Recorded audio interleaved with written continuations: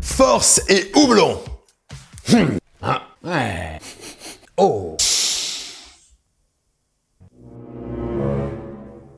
Cette bonne vieille Popolaner. À la base, c'était juste une petite communauté de moines bienveillants. Et aujourd'hui, c'est un behemoth de la binge. L'une des 6 bières qui inondent chaque année l'Oktoberfest. Sauf en 2020. Oui, donc sauf cette année, mais qui inonde le reste du monde dans plus de 2 putains de millions d'hectolitres. En plus d'avoir réussi à hacker le jeûne du carême, ils ont carrément créé un style qui est devenu une véritable terminaison pour pas mal de bières. Et ouais, toutes les bières qui se finissent en Hathor, et il y en a plus qu'on ne le croit, et ben c'est grâce ou à cause d'un vieux gripsou de chez eux. Quand on pense que tout est parti d'un mec qui sauve une biche dans une grotte. Pour cette vidéo, on a un partenaire et c'est Beer 50, une petite team d'amoureux de la bière qui propose de bonnes potions sur leur plateforme en ligne, qu'ils considèrent comme une place de marché, où on peut dénicher de petites pépites. À l'unité ou en box thématique, c'est un espace où les brasseurs fixent leur prix et qui leur permet de continuer à proposer leurs produits en cette période un peu compliquée. Allez, viendez, pour changer un peu, je vais vous raconter tout ça au coin du feu. Ah, on n'est pas bien là? Bon. Alors, pourquoi la bière s'appelle Polaner?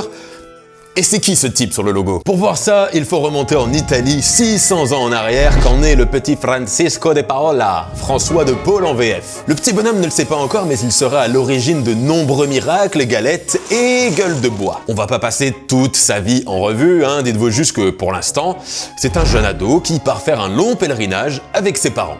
Sur la route, il rencontre des ermites, des anachorètes et autres gens qui mènent une vie plutôt spirituelle, bien isolés, bien marginaux, mais très polis et avenants. Et bim, ça va être la révélation. Papa, quand je serai grand, je serai un ermite. Yes. Déjà gamin, il a pas froid aux yeux puisqu'il va à un moment jusqu'à troller un cardinal en lui faisant remarquer qu'il avait de bien beaux vêtements comparés à ceux que portait Monsieur Jésus. À peine retourné dans sa petite ville qu'il décide d'aller vivre dans une grotte pleine de mousse et de miséricorde. Et il ne se passe rien jusqu'à ce fameux jour où une biche poursuivie par 2 chasseurs viennent s'y réfugier. Et là, performance. Il arrive non seulement à apprivoiser la biche, bon un ours ou un tigre ça aurait eu plus de gueule, mais surtout il arrive à convaincre les 2 gars de se joindre à lui et de devenir ses frères. En quelque sorte, il les a apprivoisés aussi. La suite de l'histoire, c'est qu'il convertit des gens jusqu'à avoir assez de monde avec lui pour construire une petite chapelle, qui est en fait un upgrade de sa grotte. Et surtout, il crée un ordre qui va être très important pour la suite de l'histoire. C'est l'Ordo Minorum, l'ordre des minimes, des ermites mendiants qui se considèrent comme des tout petits. On est tout petits, on est à chier. Alors, jusque-là, je sais pas si vous vous rendez compte, mais Popol, à moins de 20 ans, il a réussi à convaincre une dizaine de personnes de construire une chapelle et de le rejoindre dans son culte pour être pauvre avec lui. Et je vous parle pas de tous les achievements qu'il a enchaînés et qui lui ont carrément débloqué le titre de thaumaturge, c'est-à-dire un mec reconnu officiellement pour faire des miracles. Et il en a pondu des miracles. Et puis il meurt, en 1507. Oui, j'ai sauté quelques chapitres, mais faut bien revenir à la bière à un moment. Donc, il meurt, mais son ordre, les minimes, lui survit et continue son petit bonhomme de chemin jusqu'à, devinez où, jusqu'à Munich. Là-bas, les moines du monastère de Nedekop-Derau se mettent à brasser une bière pour eux et pour les plus démunis. Ce sont les moines de l'ordre des minimes, les moines de Saint-François de Paul, et si on germanise un peu tout ça, eh ben ça donne les moines de Polaner. Et c'est pourquoi on peut voir le visage de ce cher Popol sur le logo. J'avoue, ils lui ont fait un beau profil parce que vu la tronche qui se traînait à la fin de sa vie, ça aurait pu être bien pire. Mais si la Polaner est devenue ce qu'elle est aujourd'hui, c'est pas en distribuant de la bière gratuitement aux pauvres, non. Enfin, pas que. Il y a eu un élément déclencheur et on le doit à un coup de génie des moines. Ce coquin de moines. Dans la religion chrétienne, il y a un truc qui s'appelle le carême. 40 jours pour se recentrer sur l'essentiel, 40 jours de prière, de repentir, de purification de la pensée. Autrement dit, 40 jours bien chiants. Pas de théâtre, pas de divertissement, pas de sexe et un jeûne hyper strict à respecter. Alors quitte à pas pouvoir bouffer, autant boire le truc le plus nourrissant possible. Vous voyez où je veux en venir? Enfin, où il voulait en venir. C'est ainsi que naquit la Salvator, de Sankt Vater, qui veut dire Saint-Père, toujours en référence à Popol. Et en plus d'être la naissance d'une bière, c'est la naissance d'un style, le Doppelbock, bien costaud, bien nourrissant justement, et qui surfe sur la croyance que manger du pain liquide, ça ne transgresse pas vraiment le jeûne du carême. Donc oui, les moines de Polaner passaient plus de 40 jours à boire de la bière qui cogne pour se recentrer sur leur propre existence. Du génie, je vous dis.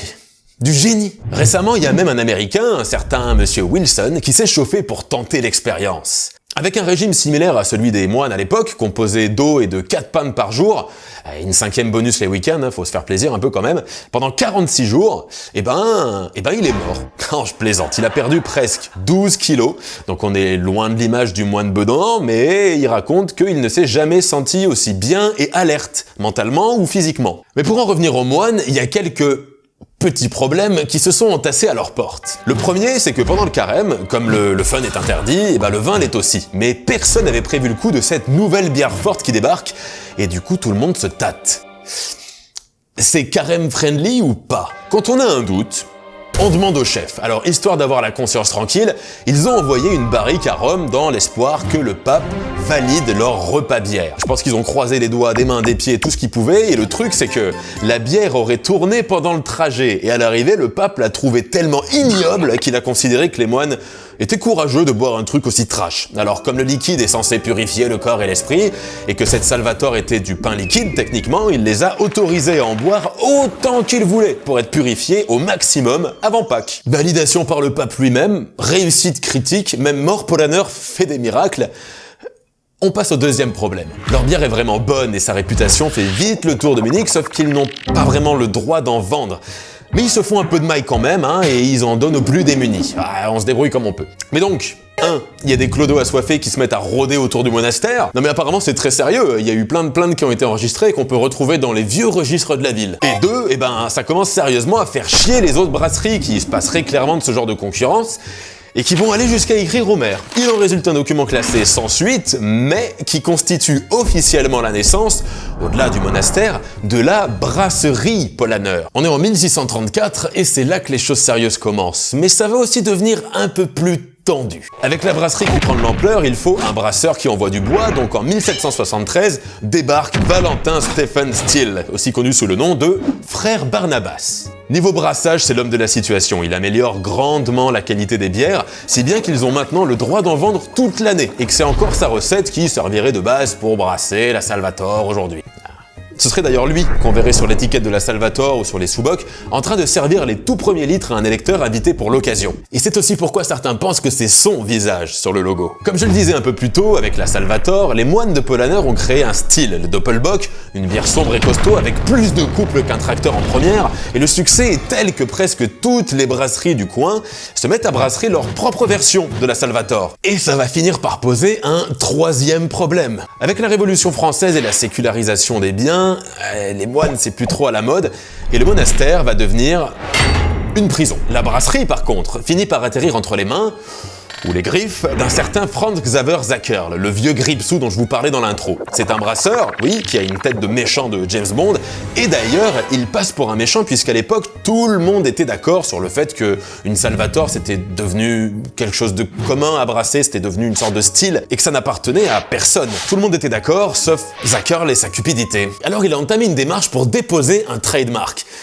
Il est mort avant le verdict, mais c'est passé. Le nom Salvator était désormais exclusivement réservé à la brasserie Polaner, dont il était le proprio. Et des milliers de bières ont été saisies et détruites, puisque du jour au lendemain, elles sont devenues des copies illégales de la seule Salvator officielle.